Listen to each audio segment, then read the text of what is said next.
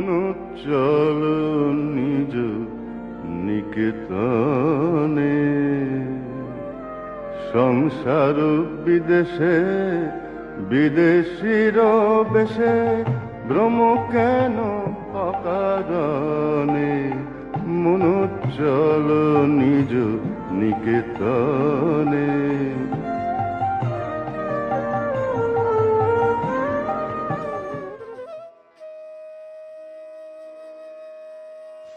ಓಂ ಶ್ರೀ ಗುರುಭ್ಯೋ ನಮಃ. ವಿವೇಕ ವಿಸ್ಮಯ ಧ್ವನಿ ತುಣುಕು 91. ಹಿಂದಿನ ಅಧ್ಯಾಯದಲ್ಲಿ ಗಮನಿಸ್ತಾ ಇದ್ದ ಹಾಗೆ ಈಗ ಸ್ವಾಮೀಜಿ ಇನ್ನೂ ಯಾವ ನಿರ್ಧಾರವನ್ನು ಕೂಡ ತೆಗೆದುಕೊಂಡಿಲ್ಲ. ಶಿಕಾಗೋ ಸಮ್ಮೇಳನದಲ್ಲಿ ಭಾಗವಹಿಸಬೇಕು ಅನ್ನೋ ಆಲೋಚನೆ ಅವರ ಮನಸ್ಸಿನಲ್ಲಿ ಬಹಳ ದಿನದಿಂದ ಇತ್ತು.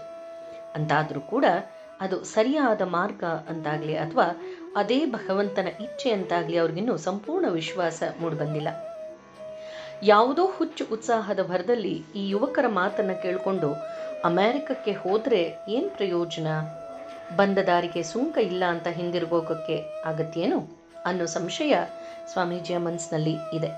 ಹಾಗಾಗಿ ಇದೇ ಜಗನ್ಮಾತೆಯ ಇಚ್ಛೆ ಅಂತ ಸ್ಪಷ್ಟ ಆಗೋವರೆಗೂ ಕೂಡ ತಾವು ಅಂತಿಮ ನಿರ್ಧಾರಕ್ಕೆ ಬರಬಾರ್ದು ಅಂತ ಈಗ ನಿಶ್ಚಯ ಮಾಡಿಕೊಂಡಿದ್ದಾರೆ. ಈಗ ಅದರ ಮುಂದುವರೆದ ಭಾಗ. ಇತ್ತ ಕಡೆ ಚಂದ ಎತ್ತೋದಕ್ಕೆ ಹೋಗಿರುವಂಥ ಯುವಕರು ಹಲವಾರು ಗಣ್ಯ ವ್ಯಕ್ತಿಗಳನ್ನು ಸಂಪರ್ಕ ಮಾಡಿದ್ದಾರೆ. ಸ್ವಾಮೀಜಿ ಅಮೆರಿಕಕ್ಕೆ ಹೋಗಬೇಕು ಅನ್ನುವಂಥ ಸಲಹೆಯನ್ನು ಬಹುತೇಕ ಜನ ಸ್ವಾಗತ ಮಾಡಿ ತಮ್ಮ ತಮ್ಮ ಕೈಲಾದಷ್ಟು ಧನ ಸಹಾಯ ಮಾಡೋದಾಗಿ ತಿಳಿಸಿದ್ರು.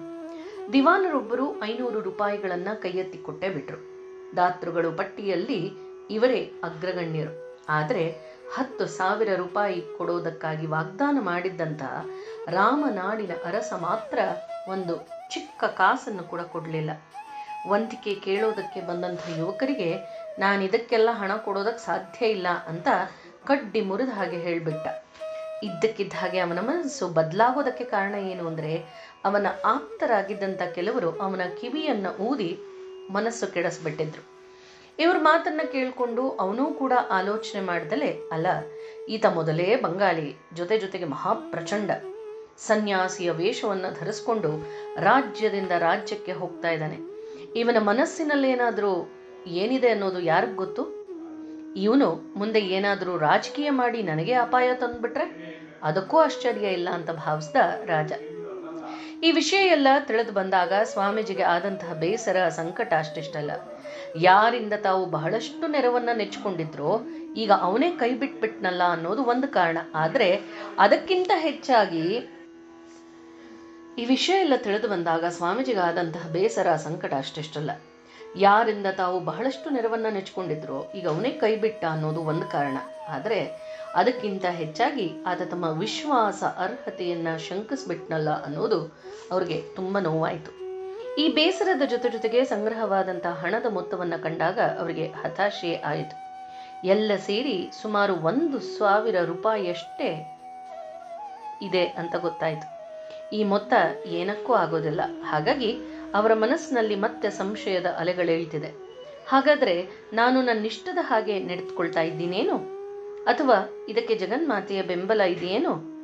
ಈ ತೊಳಲಾಟದ ನಡುವೆ ಅವರೊಂದು ದಿಟ್ಟ ನಿರ್ಧಾರಕ್ಕೆ ಬಂದರು. ಏನದು? ಏನೇ ಆಗಲಿ ಜಗನ್ಮಾತೆಯ ಇಚ್ಛೆ ಏನು ಅಂತ ಸ್ಪಷ್ಟವಾಗೋವರೆಗೂ ಮುಂದೆಯನ್ನ ಹೆಜ್ಜೆಯನ್ನು ಇಡಬಾರ್ದು ಅಂತ. ನಂತರ ಹಣವನ್ನು ಸಂಗ್ರಹ ಮಾಡಿ ತಂದಿದ್ದಂತಹ ತಮ್ಮ ಶಿಷ್ಯರಿಗೆಲ್ಲರಿಗೂ ಹೇಳಿದ್ರು, ನೋಡಿ ನಾನೀಗ ಜಗನ್ಮಾತೆ ತನ್ನ ಇಂಗಿತವನ್ನು ಸ್ಪಷ್ಟಪಡಿಸಬೇಕು ಅಂತ ಹಠ ಹಿಡಿದ್ಬಿಟ್ಟಿದ್ದೇನೆ. ನಾನು ಅಮೆರಿಕೆಗೆ ಹೋಗಬೇಕು ಅನ್ನೋದು ಆಕೆಯ ಇಚ್ಛೆನೇ ಆಗಿದ್ದಲ್ಲಿ ಅವಳದನ್ನು ರುಜುವಾತು ಮಾಡಲೇಬೇಕು. ಏಕೆಂದರೆ ಈ ಕೆಲಸ ಕಣ್ಣು ಕಾಣದ ಕಗ್ಗತ್ತಲಲ್ಲಿ ಹೆಜ್ಜೆ ಇಟ್ಟ ಹಾಗೆ. ಹಾಗಾಗಿ ಈಗ ನೀವು ಸಂಗ್ರಹಿಸಿರೋ ಹಣ ಎಲ್ಲ ಬಡಬಗ್ಗರಿಗೆ ಹಂಚಿಬಿಡಿ ಅಂತ. ನಾನು ಹೋಗ್ಬೇಕನ್ನೋದು ಆಕೆಯ ಇಚ್ಛೆಯೇ ಆಗಿದ್ದಲ್ಲಿ ಇದಕ್ಕೆ ಬೇಕಾದ ಹಣವನ್ನು ತಾನಾಗಿಯೇ ತಾನು ಬರುತ್ತೆ ಅನ್ನೋದನ್ನು ತಿಳಿಸಿದ್ರು. ಸಂಗ್ರಹಿಸಿದ ಹಣ ಎಲ್ಲದನ್ನ ಬಡವರಿಗೆ ಹಂಚ್ಬಿಡಿ ಅಂತ ಹೇಳಿದಾಗ ಆ ಶಿಷ್ಯರೆಲ್ಲರೂ ಕೂಡ ಒಂದು ಕ್ಷಣ ಅಧೀರರಾಗ್ಬಿಟ್ಟಿದ್ದಾರೆ. ಅಲ್ದಲೆ ಅವರಿಗೆ ಸ್ವಲ್ಪ ಸಂಕಟವಾಗಿದ್ರೂ ಆಶ್ಚರ್ಯ ಇಲ್ಲ.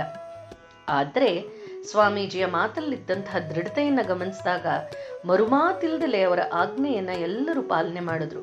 ಈಗ ಸ್ವಾಮೀಜಿಗೆ ತಮ್ಮ ಹೆಗಲ ಮೇಲಿದ್ದಂತಹ ದೊಡ್ಡದೊಂದು ಭಾರ ಕೆಳಗೆ ಇಳಿಸಿದಷ್ಟು ನೆಮ್ಮದಿಯಾಯಿತು.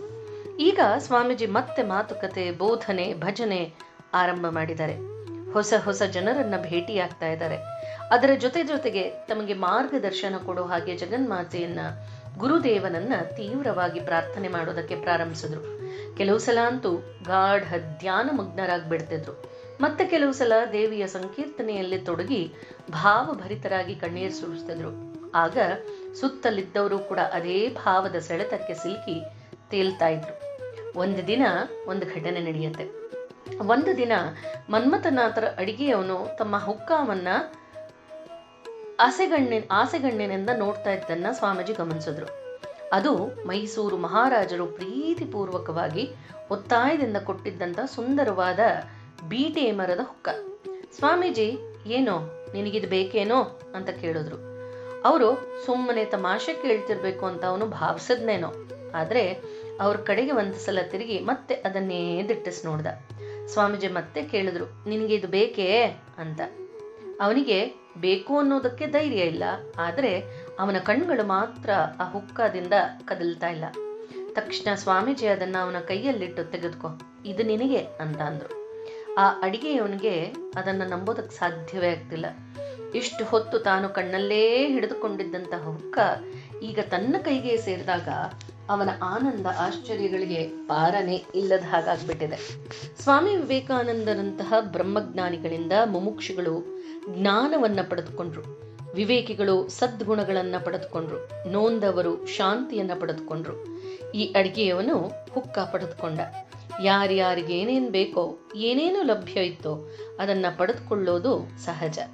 ಆದರೆ ಸ್ವಾಮೀಜಿಯ ತ್ಯಾಗ ಬುದ್ಧಿಯ ತೀವ್ರತೆಯನ್ನು ಕಂಡು ಸುತ್ತಲಿದ್ದವರು ಆಶ್ಚರ್ಯಪಟ್ರು. ಯಾಕೆ ಅಂದರೆ ಎಂತಹ ಒತ್ತಡದ ಸಮಯದಲ್ಲೂ ಕೂಡ ಅವ್ರಿಗೊಂದೇ ಒಂದಿಷ್ಟು ಸುಖ ಕೊಡ್ತಾ ಇದ್ದದ್ದು ಅದು ಒಂದೇ. ಅದನ್ನೇ ಅವರೀಗ ಹಿಂದು ಮುಂದು ನೋಡ್ದಲೇ ಕೊಟ್ಟು ಬಿಟ್ಟಿದ್ದಾರೆ. ಹೀಗೆ ತಮ್ಮ ಬಳಿ ಏನೇನಿರ್ತಿತ್ತೋ ಅದೆಲ್ಲದನ್ನ ಯಾರ್ಯಾರು ಏನೇನು ಬಯಸಿದ್ರೋ ಅವ್ರಿಗೆಲ್ಲರಿಗೂ ಕೂಡ ಕೊಟ್ಟು ಬಿಡೋದು ಸ್ವಾಮೀಜಿಯ ಸ್ವಭಾವ ಆಗ್ಬಿಟ್ಟಿತ್ತು. ಉದಾಹರಣೆಗೆ, ಮುಂದೆ ಸ್ವಾಮೀಜಿ ಅಮೆರಿಕೆಯಲ್ಲಿ ಶ್ರೀಮತಿ ವುಡ್ಸ್ ಅನ್ನೋಳ ಮನೆಯಲ್ಲಿದ್ದಾಗ ಆಕೆಯ ಮಗ ಪ್ರಿನ್ಸ್ ವುಡ್ಸ್ ಅವರ ಹತ್ತಿರದಲ್ಲಿದ್ದ ದಂಡವನ್ನ ಬಹಳ ಇಷ್ಟಪಟ್ಟ. ಅವರು ಭಾರತದಲ್ಲಿ ಪರಿವ್ರಾಜಕರಾಗಿ ತಿರುಗಾಡ್ತಾ ಇದ್ದಾಗ ಅವರೊಂದಿಗೆ ಸಕಲ ತೀರ್ಥ ಕ್ಷೇತ್ರಗಳ ಪವಿತ್ರ ಸ್ಪರ್ಶ ಮಾಡಿದಂತಹ ದಂಡ ಅದು. ಅವರ ಪಾಲಿಗೆ ಅದೊಂದು ಅಮೂಲ್ಯ ವಸ್ತುವೇ ಸರಿ ಅನ್ಬೋದು. ಆ ಹುಡುಗ ಅದನ್ನ ಇಚ್ಛೆಪಟ್ಟು ಆಸೆ ಪಟ್ಟಾಗ ಸ್ವಾಮೀಜಿ ಕ್ಷಣಕಾಲವೂ ಚಿಂತೆ ಮಾಡ್ದಲೆ ಅವನಿಗೆ ಅದನ್ನ ಕೊಟ್ಬಿಟ್ಟು ಹೇಳ್ತಾರೆ, ನೀನ್ ಯಾವುದನ್ನ ಮೆಚ್ಕೊಳ್ತೀಯೋ ಅದಾಗಲೇ ನಿಂದಾಗಿದೆಯಪ್ಪ, ತೆಗೆದುಕೋ ಅಂತ. ಮುಂದೇನಾಯ್ತು ಅನ್ನೋದನ್ನ ಮುಂದಿನ ಧ್ವನಿಯ ತುಣುಕಿನಲ್ಲಿ ಗಮನಿಸೋಣ. ಜಯರಾಮಕೃಷ್ಣ.